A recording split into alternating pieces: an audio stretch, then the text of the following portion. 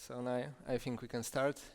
Thanks for the introduction. I'm Michal Wnertrzak, but you can call me Michael because I know that for English-speaking people it's many of difficult letters to pronounce. And today I wanted to talk to you about the project I made for the past year. It may not have a great influence on humanity, but it was just a fun project. And that is the one WebVI to rule and print them all. First, I want to talk about our giant, our female, and here we have Professor Agnieszka Zalewska. She was born in 1948 in Krakow, and she is the professor of the Institute of the Nuclear Physics of the Polish Academy of Science. And her researches cover a wide range of topics in particle physics and applied experimental methods, especially hadron physics, neutrino and dark matter physics, also some work for silicon detectors, and she was the president of the CERN Council in 2013-2015. So a few disclaimers. The first one, I am not by any chance a web developer. I haven't ever been, and probably I will never ever be. So yeah, I may use the GDevCon development software, but sometimes I don't really know what's going on inside of it. Yeah, so that's the beauty of it, right? This project is not even close to finished. It's still under development, so if something doesn't work, it just wasn't developed or is a lot of bugs. And also the third one, Murphy's law may apply during the live presentation of the system, because that camera that you can see, camera view, is the camera in my house 1,000 kilometers away. So yeah, I spoke to some people and they really think I'm a bit of a gambler. I want to try to present everything through a VPN, and the whole system is running in my house. So yeah, fingers crossed it's gonna be maybe a little bit better. Yeah, so first maybe some random question, but when you watch a movie and there is the first scene is the final scene of the movie, and then throughout the whole movie you see what leads to that final scene. Who doesn't like that kind of movies? Okay, so unfortunately, I'm the one who has to do it this way today, because we have a limited amount of time, and I wanted to print something because it's a 3D printer, right? So the print's gonna take like 20 minutes, but while it's printing, I can show you everything that I want to show. So if we go here, oh my God, it's gonna be really difficult because I cannot clone the screen. So yeah.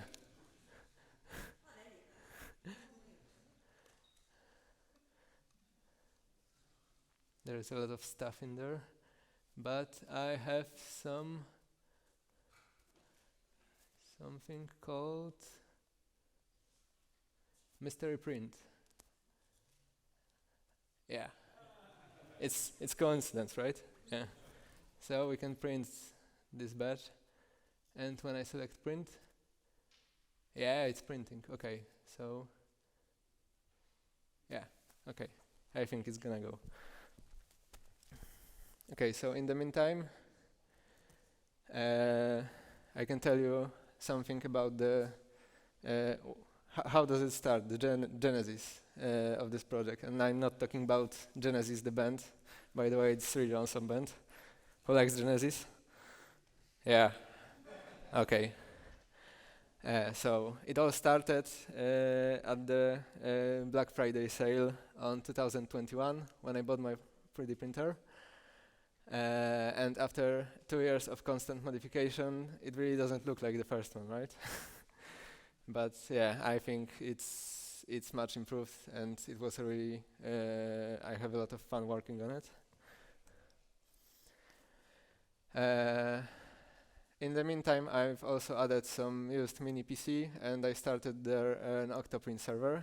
For those who don't know what is an OctoPrint, it's like a an open source community-based project for connecting to your 3D printer, managing many 3D printings, having some queues, having everything that is connected to the printing process.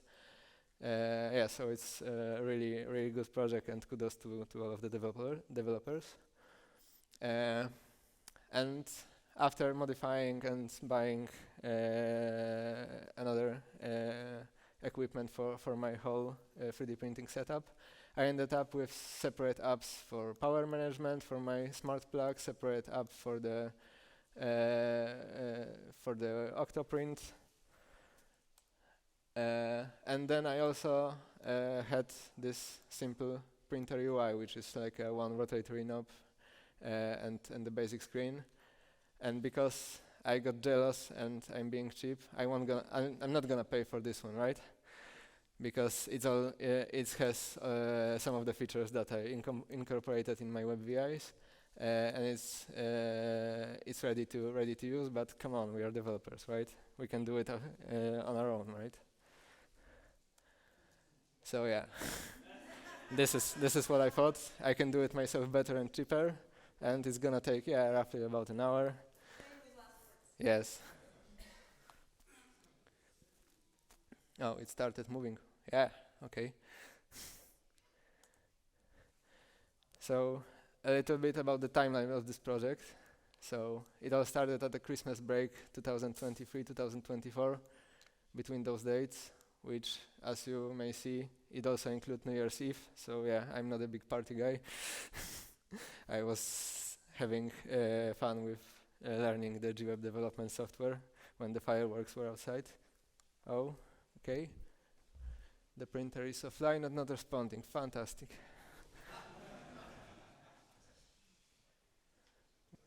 Okay, it should be connected. Yay! Okay.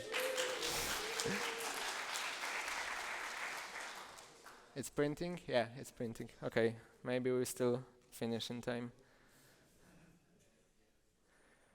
Okay, so yeah, and then the 4th of April, I've submitted this as a presentation because I thought, why not? But they are probably not gonna accept this, right? Well, 20th May, they accepted it, so yeah, I have to do something and finish it probably. Yeah. Okay. No, I'm not gonna. Yeah. Okay. The 2nd of August hits, and I really haven't done anything since since then. But I thought I have 2 weeks of my work. Yeah, that's plenty of time to finish this project, right? 16th of August. Haven't even touched it during my vacation. I thought that riding my bike was a better use of that time. Yeah. Oh yeah, it's alive for now, I think.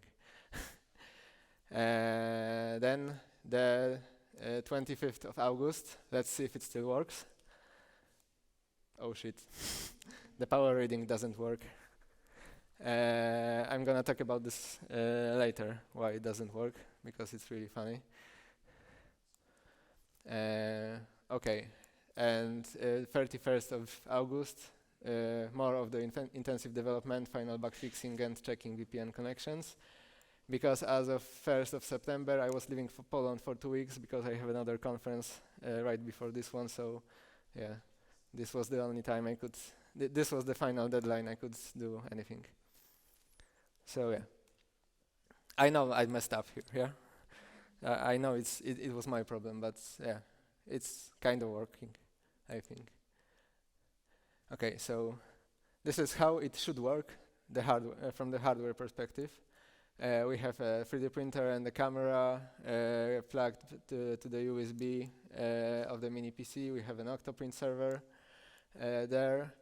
We have our smart plug that controls the power to the mini PC and to the 3D printer. And we also have some power data from the TAPO plug that is sent to the mini PC. And the whole the whole concept of it, of this project, was just to having a beautiful 3D printer UI written by myself and customized how I want it. So I think I thought I would use some phone or tablet that was laying around. Everyone has a spare phone from the good old days, right? And sometimes we don't know what to do with them. Yeah. So that was the idea. How does it work then? Because on the 31st of August, I was trying to switch everything from my development PC to this mini PC, but there were some issues with Python libraries, so I gave up. And right now, it's just the whole WebVI is hosted on the my development PC, and the power data also goes there. Here we have a LAN VPN connection, and yeah, that's a small change, but in the future I'm gonna move everything there.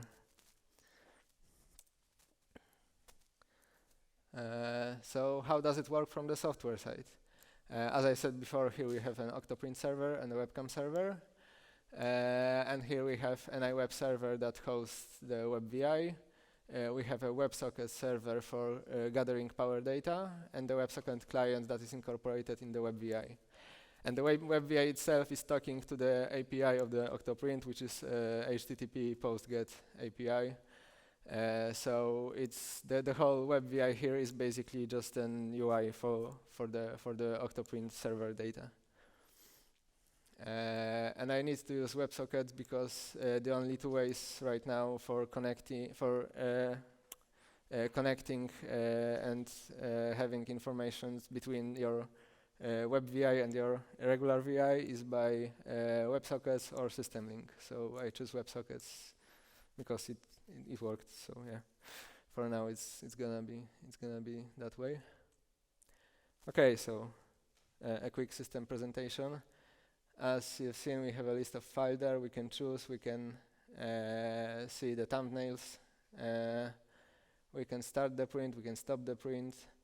We can set up temperatures for toolhead. We can set up temperatures for bed. But when it's printing, as you've seen, it's automatically set up what was written in the G code of this file.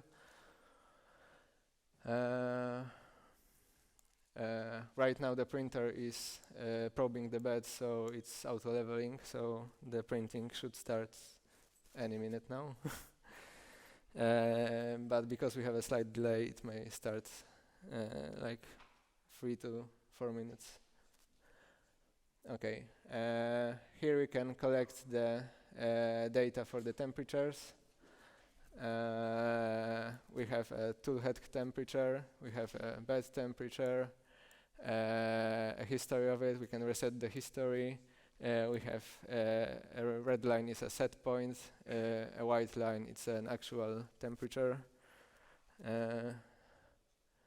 We can clear the history, yeah, and it all starts.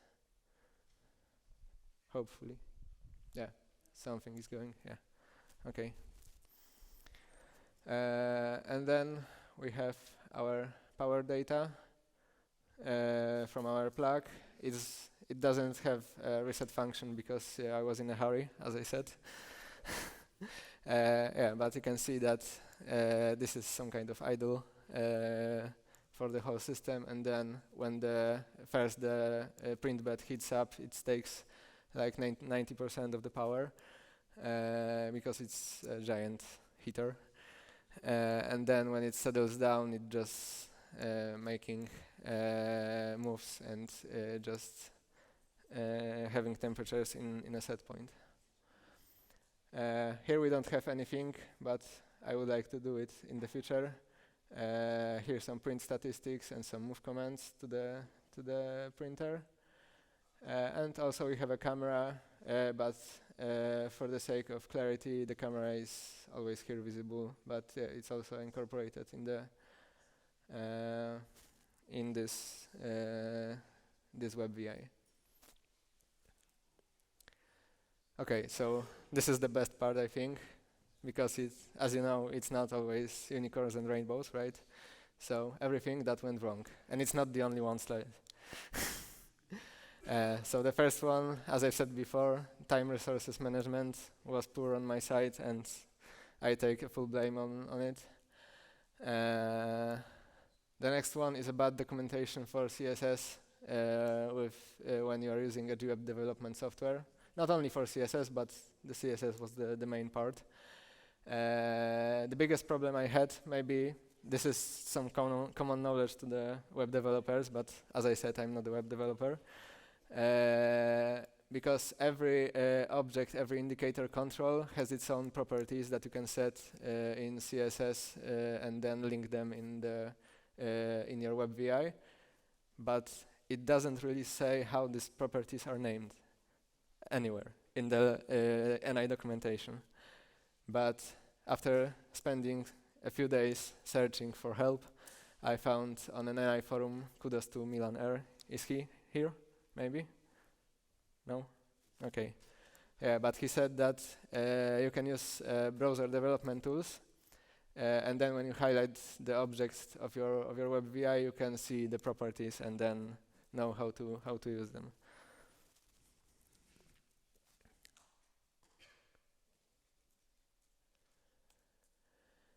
Okay, so about the GWeb development, it was my first time using it, and oh, look, I think it started printing. Yay! We will see. Yeah, some plastics coming out. By the way, it runs more smoothly when it's not connecting through a VPN. So, yeah, it's working. Okay.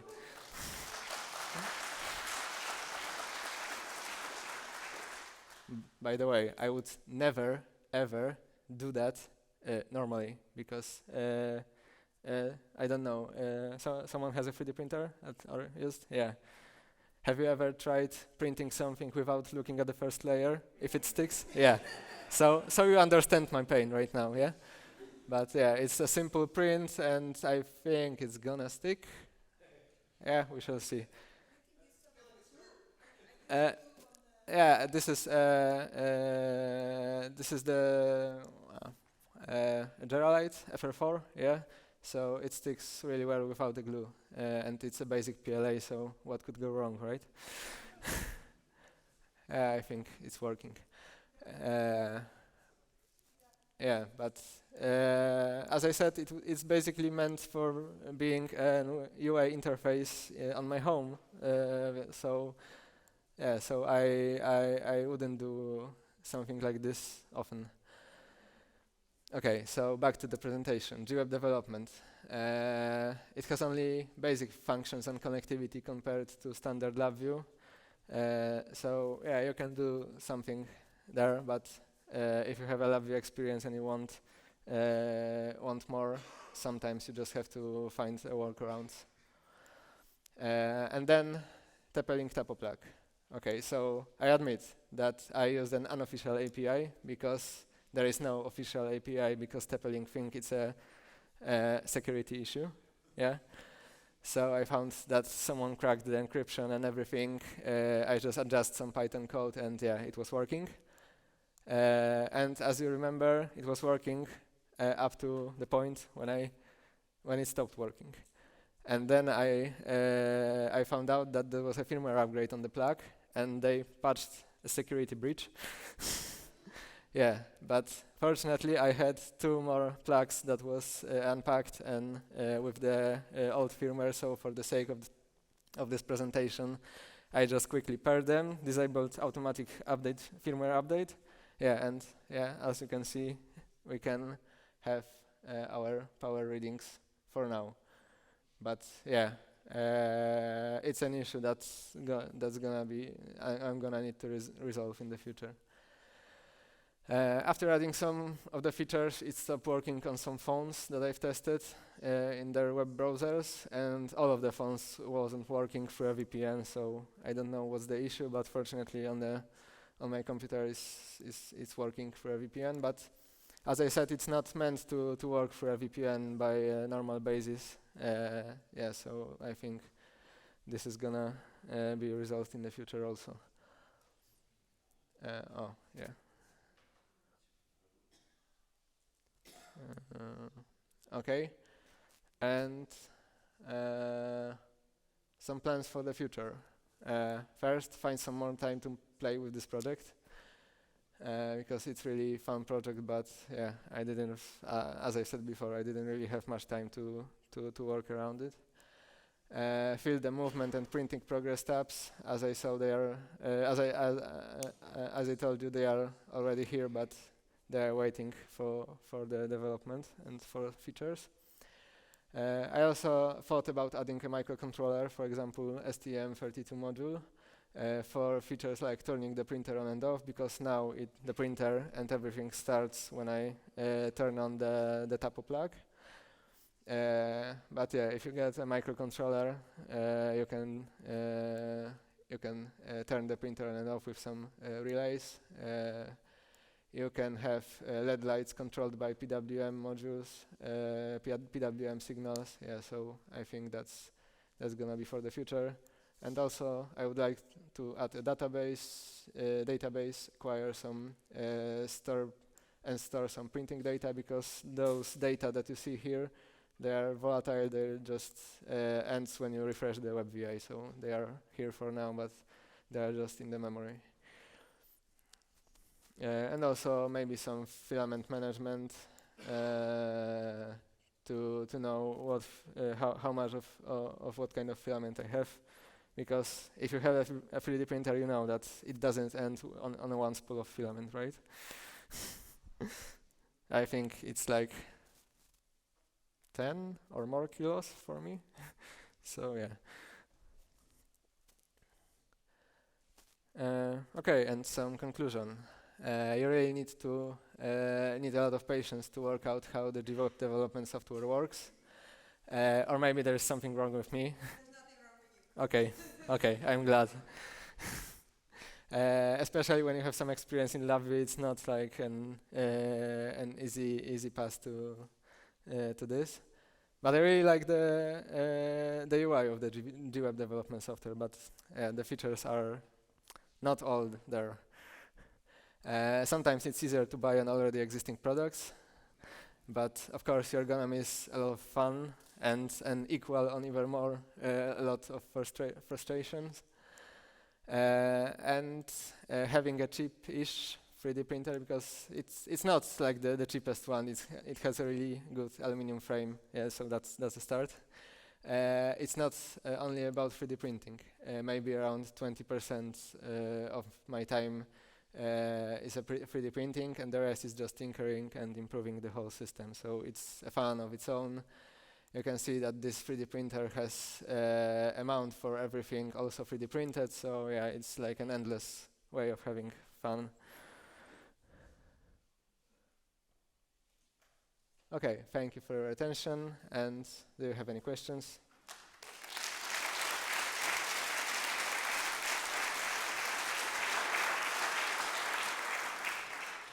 Can someone give a microphone to Matthias? I've got both the mics, so I'll be running around. Thanks, Michal. It's more a comment than a question, but thanks for showing, again, a very cool project using GWebVI. It's more a question or a comment for NI. I hope they clarify their position on GWeb soon, because we didn't see any updates since 2022. Yes. I presented several times, as you know, on GWeb. To me, GWeb is as awesome as LabVIEW itself, or LabVIEW for FPGA, because you can use graphical programming to program web applications. I have several customers using several GWeb's application every day, all day long. I have others in the backlog. So I hope that there is a future for GWeb and that it gets clarified sometime, because at the moment we are not sure there is a future, but thanks for showing another cool project. Thank you. That's it. Somebody up back there had a question first.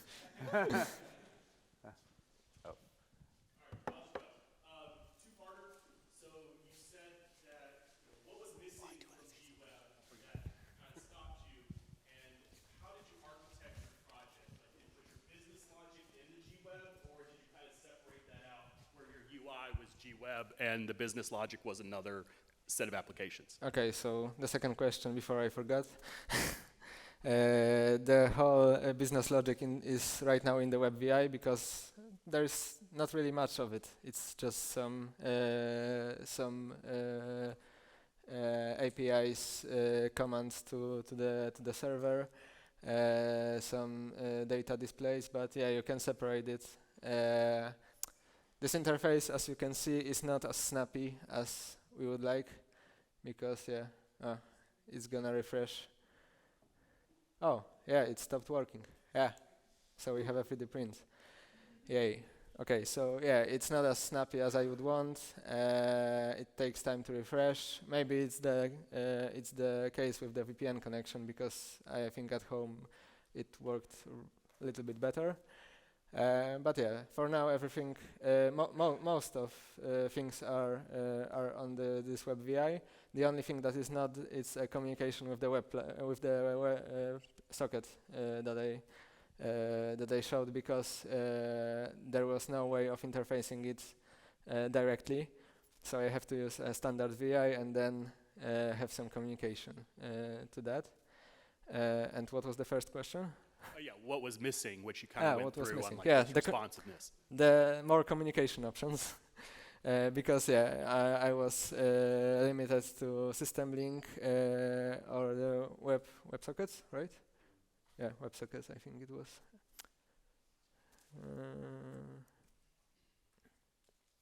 Yeah, WebSockets.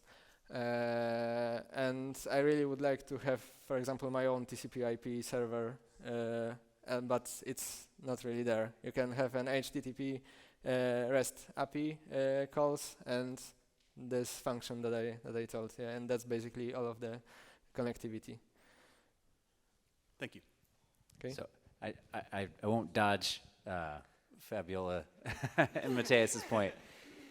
So I think the honest answer is that we are in a wait and see mode in that right now it's largely viewed as, you know, I hope no one throws anything at me, but feature complete in the sense that like it does what we intended for it to do. Okay. Now, I think we're in when I say wait and see mode, like what is the feedback? What are the things that you would have us invest in? And it was interesting to hear the discussion. You just gave a great example. So I think it's a good time to be giving us feedback. As you may know, it is part of the LabVIEW Plus bundle that we just came out with, yes, which I think speaks to the fact that it is part of how we are monetizing and showing value in our software platform. You are not monetizing from this because it's community version. That's fine. That's fine. Hey, I was the champion of the community version, so I'm all about it. So I think I'll turn the question around. I think what are the key things? You know, some more interfaces for external communication that makes sense. Even feedback around the stability, performance, all of that, I think can go into our roadmap discussions around where we allocate our resources. So that's my answer. Give us feedback. Okay. Very, very cool application, by the way. And I actually had a question too. Do you foresee using, like this is a hobby project with the Community Edition. Do you foresee using this in any of your professional usage of LabVIEW and the test systems you're building? I've thought about it, but right now where I work in, we don't really have anything. Yeah, so. But maybe in the future it's gonna be some option. Because I worked in a company that deals with EMC testing. Who knows anything about EMC testing? Yeah, sure. I thought so. Yeah. So electromagnetic compatibility is, it sounds horrible, but it's really simple. But it's a different topic for different time. Yeah, but so we just automate our test procedures. And for this test, you need to be on the test facility and you just use it right beside your test stand. So I don't think we have to have connectivity for a web. Gotcha. Cool. Okay. Any more questions? Okay. So one last thing. Now it's time to do some magic. It would be really cool if I can get this print here, right? So I'm gonna focus really, really hard, and I even may duplicate this because yeah, you would see that it doesn't gone, that is not gone, but yeah. Okay.